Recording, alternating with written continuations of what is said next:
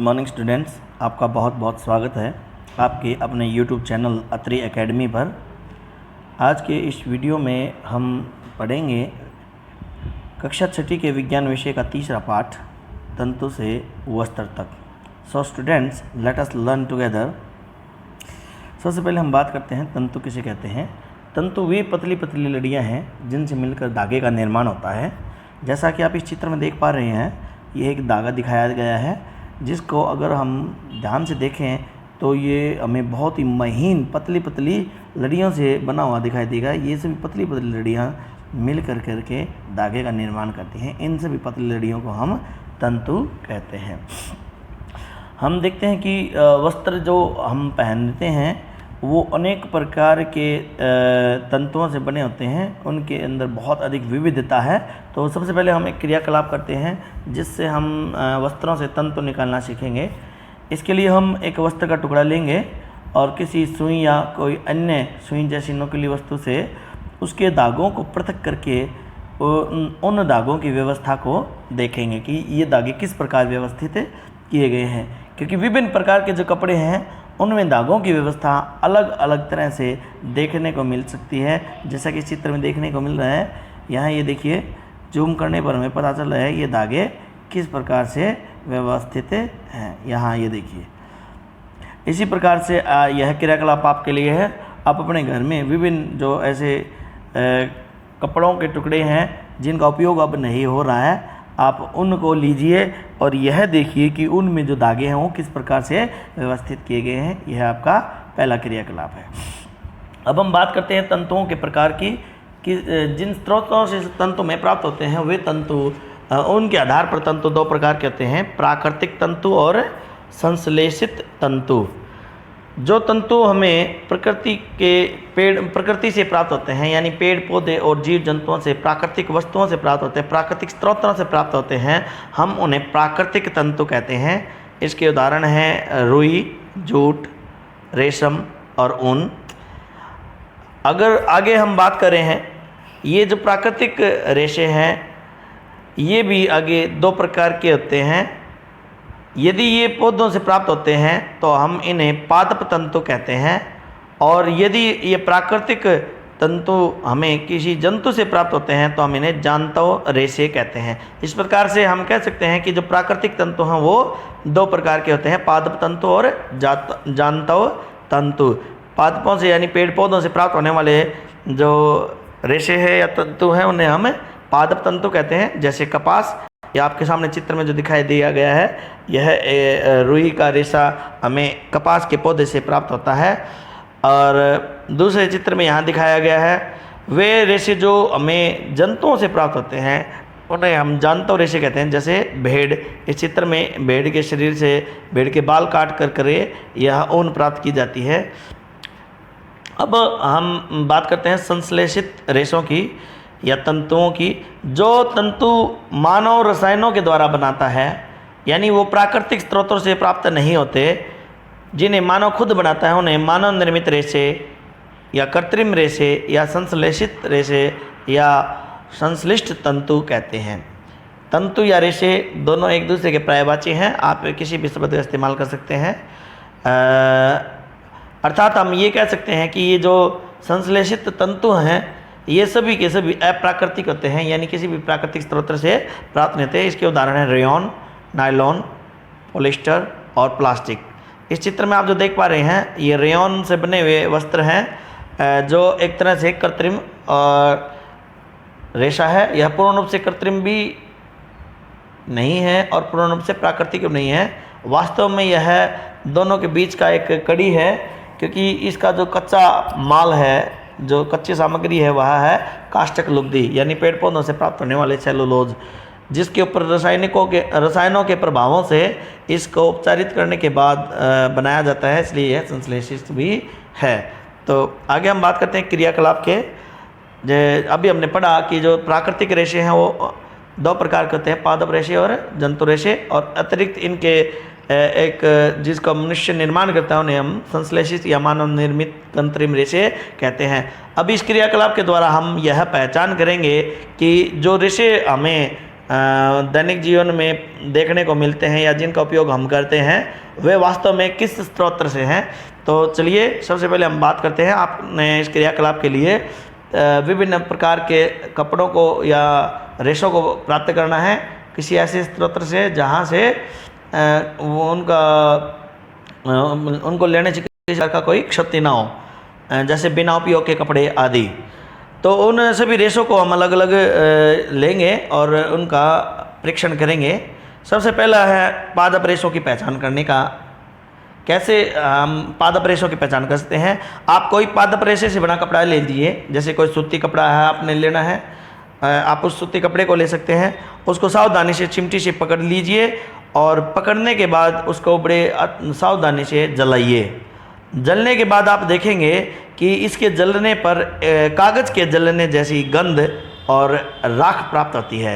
यानी हम यूँ कह सकते हैं कागज़ भी एक पादपों से बनने वाला पदार्थ है, यह सेलुलोज से बनता है। तो जिस प्रकार कागज़ के जलने से जो गंध आती है वही गंध जो अन्य पादप रेशे हैं उनके जलने से होगी, और जिस प्रकार कागज़ जलने पर राख देता है उसी प्रकार राख मिलेगी। तो ये हमारा क्रियाकलाप का पहला चरण है। यदि कोई रेशा जलने पर कागज़ के जलने जैसी गंध देता है और उसके जलने पर कुछ सफ़ेद राख जैसा पदार्थ बनता है तो वह रेशा संभवतः पादप रेशा होगा।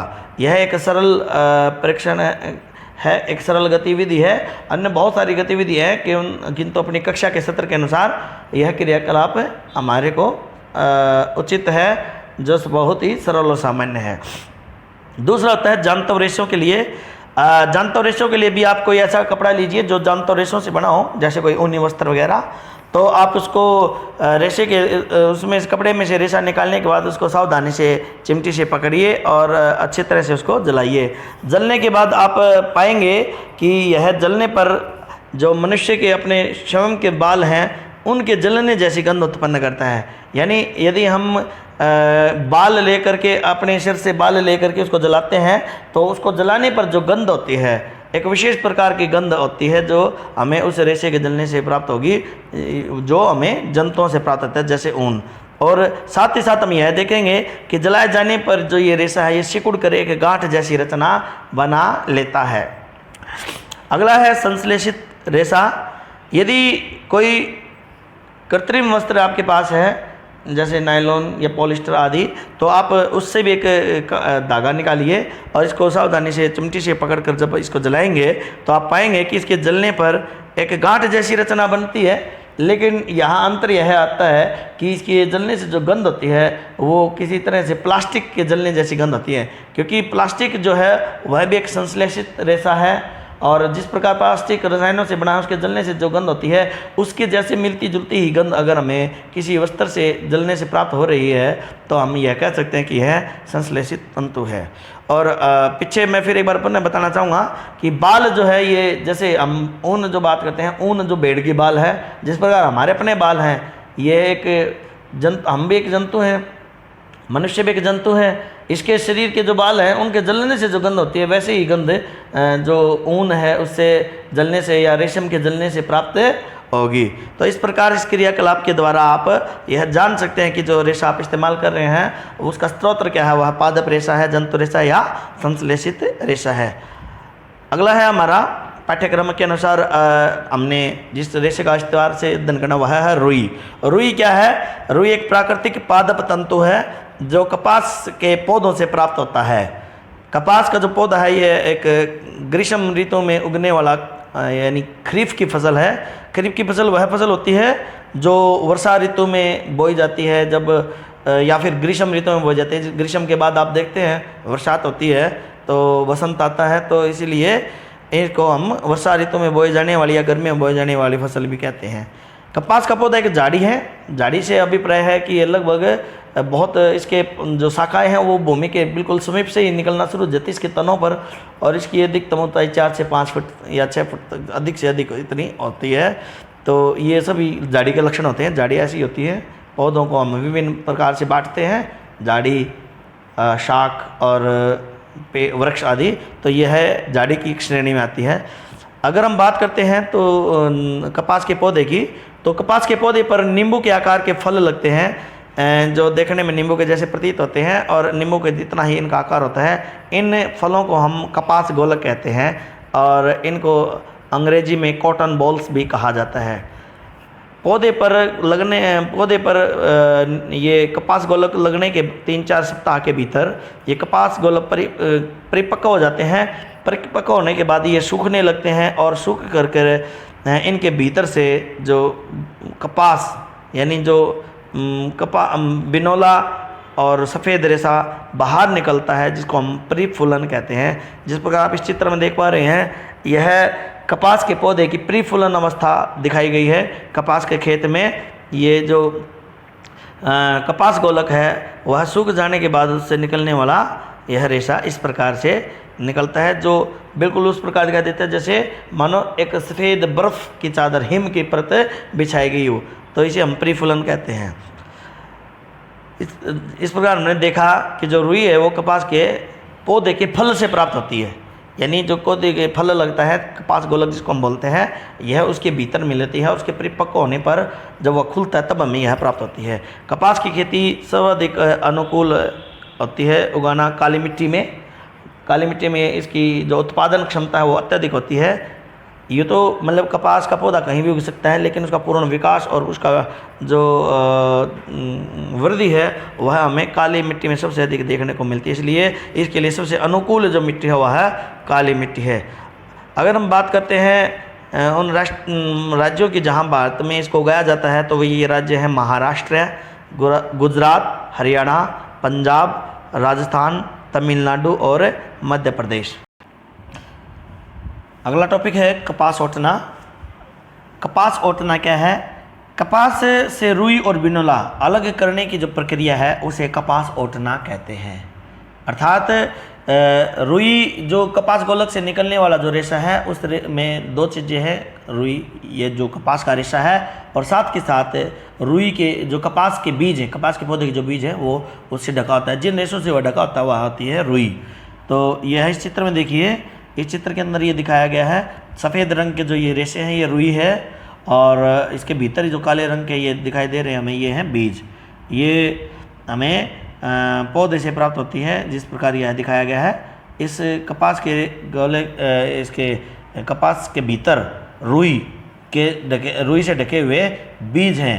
तो हमें इन बीजों को इस रेशों से अलग करना, पृथक करना है। इसी विधि को हम कपास ओटना कहते हैं। यहाँ देखिए, यह काम पहले हाथों से किया जाता था, लेकिन अब इसके लिए इस प्रकार की कुछ मशीनें आधुनिक प्रचलन में हैं। इन मशीनों में जब इसको डाला जाता है इसको तो इस प्रकार से बीज जो है कपास के वो और जो कपास के रेशे हैं यानी रुई वो अलग हो जाते हैं। इस प्रक्रिया को हम कपास ओटना कहते हैं। अगला हमारा क्रियाकलाप है, जब हमने कपास के पौधे से रुई के रेशे को अलग कर लिया है तो अब इससे हम धागा कैसे बनाएंगे। इसके लिए एक छोटा सा क्रियाकलाप आप अपने घर पर करके देख सकते हैं। थोड़ी सी रुई ले लीजिए जो बड़ी सरलता से हमारे घरों में उपलब्ध रहती है। इसको एक हाथ में पकड़ करके दूसरे हाथ से इन रुई के रेशों को थोड़ा सा खींचते रहिए और खींचते समय इनको घुमाते रहिए। देखिए इस वीडियो में ध्यान से, हमने इसको रुई के रेशे को पकड़ के दूसरे हाथ से हम जब इसको खींचते हैं और खींचते समय इसको घुमाते रहे, इसके जिससे रेशे जो हैं एक दूसरे के साथ ऐंठने पर एक दूसरे के साथ आ जाएंगे। इस प्रकार से रुई से धागा बनता है। इसको आप करके देखिएगा। आगे हम बात करते हैं रुई के उपयोग की। तो रुई एक बहुत अधिक उपयोग होने वाली वस्तु है, रेशा है, तंतु है। रुई का उपयोग वस्त्रों को बनाने में किया जाता है। जितने भी सूती वस्त्र हैं जैसे कपड़े हैं, तौलिया है, साड़ियाँ हैं, चादरें हैं, ये सब सूती रेशे कपास से बनाई जाती हैं, रुई से बनाई जाती हैं। और रुई का दूसरा इस्तेमाल है, जो तकिए हैं उनमें रुई को भरा जाता है। साथ ही साथ जो सर्दियों में रज़ाई इस्तेमाल करते हैं उनमें भी कपास को भरा जाता है। तो हमारा रेशा है जोट। जोट इसको हम पटसन भी कहते हैं और यह पौधे के तने से प्राप्त होता है। जिस प्रकार हमने देखा था कपास का जो रुई रेशा है वह हमें कपास के पौधे के फल कपास गोलक से प्राप्त होता है, किंतु यहाँ यह रेशा जूट हमें पौधे के तने से प्राप्त होता है। स्पर्श में यह बहुत अधिक चिकना होता है, देखने में रेशम के जैसा चमकदार दिखाई देता है।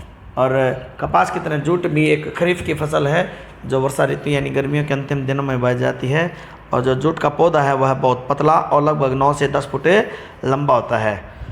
अगर हम बात करें मिट्टी में, तो सबसे अधिक अनुकूल मिट्टी जूट को उगाने के लिए जो है वह चिकनी मिट्टी है, जो गंगा और ब्रह्मपुत्र के डेल्टा वाले क्षेत्रों में पाई जाती है। डेल्टा से भी प्राय है, जहाँ ये नदियाँ बहती हैं वहाँ ये अपने साथ बहाकर लाई हुई उपजाऊ मिट्टी को जब बिछा देती हैं, उनसे जो समतल भाग बनते हैं वो बड़े ही उपजाऊ होते हैं। इन समतल क्षेत्रों को हम डेल्टा कहते हैं। तो और जो जूट की खेती है वह पश्चिम बंगाल, बिहार और असम में की जाती है। जूट कैसे प्राप्त किया जाता है? फूल लगने से पहले जूट के फल पौधे को काट लिया जाता है। यानी जैसे ही फूल लगने शुरू होते हैं तो इसका अभिप्राय यह है कि पौधे ने अपनी जो अधिकतम लंबाई थी, जो इसने करनी थी धारण, वह कर ली है। अब जब यह पूर्ण रूप से विकसित हो जाता है, इस पर फूल लगने प्रारंभ हो जाते हैं, तब इसके पौधों को काट लिया जाता है और इसके तनों को बंडलों में बांध लिया जाता है और सुखाया जाता है। सुखाने के बाद जो होते हैं इसके पत्ते वो झड़ जाते हैं या उन्हें झाड़ दिया जाता है, जानबूझ के ऐसा किया जाता है। उसके बाद जो जूट के तनों से बनाए हुए बंडल थे उनको किसी पानी के स्रोत में, जैसे कुआं, तालाब आदि में इनको डुबो कर रखा जाता है, और जिससे पानी में सूक्ष्म जीव पनपते हैं और इनके तनों के बीच जो पदार्थ इन तने के साथ इस रेशे को चिपकाए हुए है, उस पदार्थ का ये अपघटन कर देते हैं, जिससे जूट के जो तंतु हैं वे तने से अलग हो जाते हैं। फिर उसके बाद हाथ से खींचकर जूट के तंतु को अलग कर दिया जाता है। जिस प्रकार आप इस चित्र में देख पा रहे हैं, ये सब भी जूट के तंतु हैं, जूट के तने से प्राप्त किए। देखिए, मैंने इसको बताया था कि लंबाई में 9 से 10 फुट हो जाते हैं, तो आप देख सकते हैं कि इसमें जो ये लंबाई दिखाई गई है लगभग 8 से 10 फुट के आसपास की है। तो तने से इस प्रकार पटसन को निकाला जाता है और इसका उपयोग बाद में बोरियां, बारदाना, यानी जैसे आपने देखा है गेहूँ आदि जो हमारा अनाज है उसको भरने के लिए जो बोरियां या कट्टे बनाए जाते हैं, जो बैग बोलते हैं जिनको हम, उनको बनाने के लिए इस्तेमाल किया जाता है। थैलियाँ बनाने के लिए, थैले बनाने के लिए, दरी आदि बनाने के लिए इसका इस्तेमाल किया जाता है। रस्सियाँ भी बनाई जाती हैं। अगला हमारा रेशा है फ्लैक्स। फ्लैक्स भी एक प्राकृतिक तंतु है जिसका इस्तेमाल बहुत प्राचीन समय से होता आ रहा है। जो लिनन के कपड़े हम पहनते हैं वो सभी फ्लैक्स के द्वारा बने होते हैं। ये बहुत टिकाऊ और गर्मियों में इस्तेमाल के लिए बहुत अच्छे होते हैं। इन रेशों को हम सन भी बोल देते हैं, जो जूट के पौधे की तरह हमें तने से ही प्राप्त होता है। यह रेशा भी हमें पौधे के तने से प्राप्त होता है। इस प्रकार आप जो इस चित्र में देख पा रहे हैं, ये देखिए कितने महीन, ये हाथ के द्वारा बनाया हुआ एक कृषि औजार है, जिसके द्वारा इन तनों के ये बहुत जो मिलने वाले रेशे इनको बहुत महीन बनाने हैं ताकि इसका उपयोग किया जा सके। वर्तमान समय में आधुनिक मशीनें हैं जिनके द्वारा कपड़ा उद्योग में इसका इस्तेमाल कपड़े बनाने के लिए किया जाता है। और प्राकृतिक रेशों का उत्पादन बढ़ाने के लिए भारत सरकार ने सन 1956 में एक उद्योग की स्थापना की थी, जिसे खादी एवं ग्रामोद्योग कहते हैं। इसके माध्यम से यह प्राकृतिक रूप से जो रेशे बनाए जाते हैं, जैसे जूट, पटसन आदि, इसके उत्पादन और इसके उपयोग को बढ़ावा देता है। अगला जो विषय टॉपिक हमारा वह है कताई।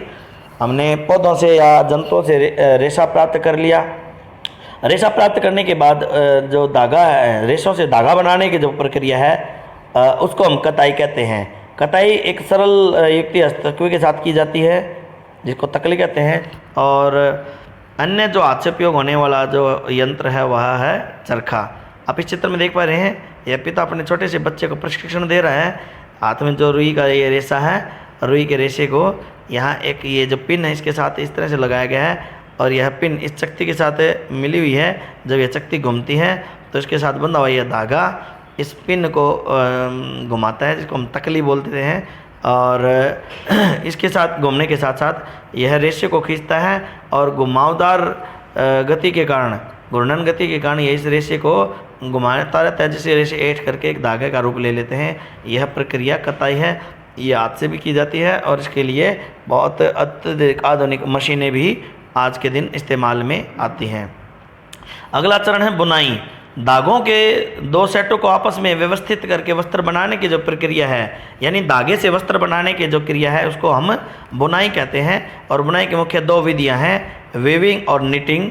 वीविंग का अर्थ होता है बुनाई, यानी वीविंग में होता है 2 धागों के सेट को व्यवस्थित करके वस्त्र बनाया जाता है। जिस प्रकार आप इस चित्र को देख पा रहे हैं, धागे का एक सेट यहाँ ये दिखाया गया है लंबा, और अगर इसको हम बात करें ये वर्टिकल है, तो इसके साथ दूसरा जो सेट है वो हॉरिजॉन्टल है। तो इस प्रकार से जो धागों को सेट को व्यवस्थित किया जाता है तो इसे हम बुनाई कहते हैं। दूसरी जो विधि है वो है बंधाई है, यानी निटिंग। इसमें अंतर यह है कि केवल एक धागे को ही इस्तेमाल कर करके वस्त्र बनाया जाता है, जैसे स्वेटर, ऊन से स्वेटर का बनाना। अगर आप इस प्रकार देखेंगे, अगर स्वेटर के अंदर कभी या मोजे के अंदर कभी एक रेशा अगर आपने पकड़ के खींचना शुरू किया तो पूरी की पूरी जो स्वेटर है वो उधड़ती हुई एक रेशा छोड़ती चली जाएगी, और हम देख पाएंगे कि केवल एक ही धागे से यह बनी है। तो ये 2 विधियाँ हैं, दोनों में अंतर स्पष्ट है। एक में एक ही धागा जो है उसके द्वारा वस्त्र बनाया जाता है, जिसको हम निटिंग बोलते हैं, और जबकि बुनाई में 2 धागे या 2 से अधिक धागों का सेट बनाया जाता है। अगला है हमारा वस्त्रों की सामग्री का इतिहास। अगर हम बात करें इतिहास में, तो प्राचीन समय में जो लोग थे वो मनुष्य था वह सभ्य नहीं था, जंगलों में नंगा रहा करता था। तो संभवतः ऐसा रहा होगा कि मौसम खराब होने के कारण से, मौसम की गर्मी सर्दी आदि से विवश होकर के उसने अपने शरीर को जानवरों के चमड़ों से या पेड़ के पत्तों से, डाल, छाल आदि से ढकने का प्रयत्न किया होगा, उसने ढका होगा। फिर जब उसने कृषि करना सीख लिया तो कृषि करने के कारण वह एक स्थान पर टिक कर रहने लगे, यानी समुदाय बनाए। जैसे ही उसने समुदाय बनाए, यह मानव सभ्यता में विकास के लिए एक मील का पत्थर साबित हुई, और मानव सभ्यता का विकास हुआ और मनुष्य ने वस्त्र बनाना सीखा। और उसके बाद पेड़ पौधे की पतली टहनियों से, घास फूस से उसने चटाई बनाना सीखा। पेड़ पौधे की पतली डालियों से, पेड़ पौधों के रेशों से, जानवरों की जो रोए हैं उनसे रस्सी बनाना सीखा। रस्सियों को बुनकर उसने लंबा टुकड़ा भी तैयार करना सीखा, और धीरे धीरे इस प्रकार सीखने के क्रम में उसने कपड़ा बनाना सीखा और अपने शरीर को ढकना शुरू कर दिया। अगर हम बात करते हैं इतिहास में उपलब्ध जो जानकारियाँ हैं, वहाँ हमें बात करती है, संकेत देती है कि जो वस्त्रों का प्रचलन सर्वप्रथम चीन और भारत और मिस्र में शुरू हुआ था। बहुत सारे ऐसे ऐतिहासिक साक्ष्य हमें प्राप्त हुए हैं। अब हम बात करते हैं अभ्यास के प्रश्नों के उत्तरों की, डिस्कस करते हैं। सबसे पहला हमारा प्रश्न है, निम्नलिखित तंतुओं को प्राकृतिक और संश्लिष्ट में वर्गीकृत कीजिए। अभी हमने पढ़ा था, उदाहरण दिए थे हमने। यहाँ दिया गया है नायलॉन, ऊन, रुई, रेशम, पॉलिस्टर, पटसन, जिनका उत्तर इस प्रकार दिया है। जो प्राकृतिक रेशे हैं, ऊन में भेड़ से प्राप्त होती है, रुई हमें कपास के पौधे से प्राप्त होती है, रेशम हमें रेशम के कीड़े से प्राप्त होता है। इस प्रकार से ये प्राकृतिक तंतु हैं। और जो नायलॉन है, यह लाइनॉन और पॉलिस्टर कृत्रिम रूप से मनुष्य के द्वारा बनाया जाता है, इसलिए यह एक मानव निर्मित रेशा है। दूसरा प्रश्न है, दिए गए जो कथन है वह है सत्य है या असत्य है, इसका उल्लेख कीजिए। क्या में इसने दिया है कि तंतुओं से तागा बनता है, यह बिल्कुल सही है। हमने बात किया था, एक प्रक्रिया होती है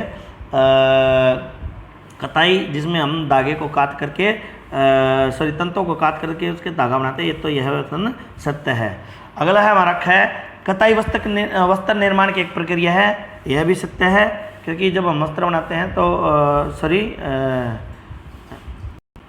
कताई जो है वह मतलब वस्त्र निर्माण की जो प्रक्रिया है उसको तो बुनाई कहते हैं, इसलिए जो कताई है यह असत्य है। कताई क्या होती है? तंतु से धागा बनाना, ये कताई है, जबकि वस्त्र का निर्माण करना क्या था? बुनाई। तो ये है कथन जो ख है यह असत्य है। ग है, जूट नारियल का बाहरी आवरण होता है, यह गलत है। हमने बताया था कि जो जूट है यह जूट के पौधे के तने से प्राप्त होता है, तो ये ग है, यह भी असत्य है। घ, रुई से बिनोला यानी जो बीज हटाने की जो प्रक्रिया इसको ओटना कहते हैं, यानी कपास ओटना, ये मिसप्रिंटेड है यहाँ पे। तो रुई और बिनोले को अलग करना, कपास ओटना, यह कथन सत्य है। इस प्रक्रिया को जिसमें रुई की रेशों को कपास के बीज से अलग किया जाता है उसको हम कपास ओटना कहते हैं, तो यह सत्य है। अगला है, धागों की बुनाई से वस्त्र का टुकड़ा बनता है, सही बात है। धागों की जब बुनाई की जाती है तो वस्त्र का एक टुकड़ा बनता है, यह कथन सत्य है। च है, रेशम तंतु किसी पादप के तने से प्राप्त होता है, यह गलत है। रेशम का जो कीड़ा है वह जब अपने मुंह से एक प्रोटीन निकालता है जो सूख करके रेशम के धागे में परिवर्तित होती है, तो इस प्रकार से यह कथन असत्य है। पॉलिएस्टर एक प्राकृतिक तंतु है, क्योंकि पॉलिएस्टर को कृत्रिम रूप से बनाया जाता है, किसी प्राकृतिक स्रोत पेड़ पौधे या जंतुओं से प्राप्त नहीं होता, इसलिए यह एक संश्लिष्ट तंतु है। तो इस प्रकार से जो दिया हुआ 6 पॉलिएस्टर एक प्राकृतिक तंतु, यह कथन भी असत्य है। नीचे मैंने उत्तर दिए हुए हैं। अगला है हमारा रिक्त स्थानों की पूर्ति कीजिए। खाली स्थान और खाली स्थान से पादप तंतु प्राप्त होते हैं, यानी पादपों के जो मिलने वाले तंतु हैं हमें उनका यहाँ पे जिक्र करना है। तो हमारे जो सरल अभी हमने पढ़े हों पर वह है कपास और जूट। कपास और जूट से जो है रेशे जो है हमें इनके कपास और जूट के जो पौधे हैं इनसे हमें पादप तंतु प्राप्त होता है। कपास से हमें रुई मिलती है और जूट से हमें पटसन मिलता है, जिसको हम जूट भी सामान्य कह देते हैं। अगला है हमारा खालिस्तान और खालिस्तान जानता तंतु हैं, यानी ये है ऊन और रेशम। ऊन हमें भेड़ आदि से प्राप्त होता है, भेड़, बकरी, ऊंट, याक, लामा, एल्पैका। और जो जंतु रेशा है वह हमें रेशम से प्राप्त होता है। रेशम के कीड़े का संवर्धन किया जाता है, पाला जाता है रेशम के कीड़ों को शहतूत के वृक्ष पर। तो इस प्रकार हमारा जो उत्तर है वह ऊन और रेशम होगा। प्रश्न 4 की बात करते हैं। तो पूछा गया कि रुई और जूट को पादप के किस भागों से प्राप्त किया जाता है। ऊपर बताया गया था रुई कपास के पौधे के जो फल होते हैं, पौधे के फल, यहाँ पे फूल जो गलती से लिखा हुआ है को ठीक कर लेना। पौधे के जो फल होते हैं कपास गोलक, उससे यह रेशा प्राप्त होता है। और जबकि जो जूट है पौधे के तने से प्राप्त होता है। पौधे के तने के ऊपर इसका एक लंबी परत होती है, एक लंबा तंतु होता है।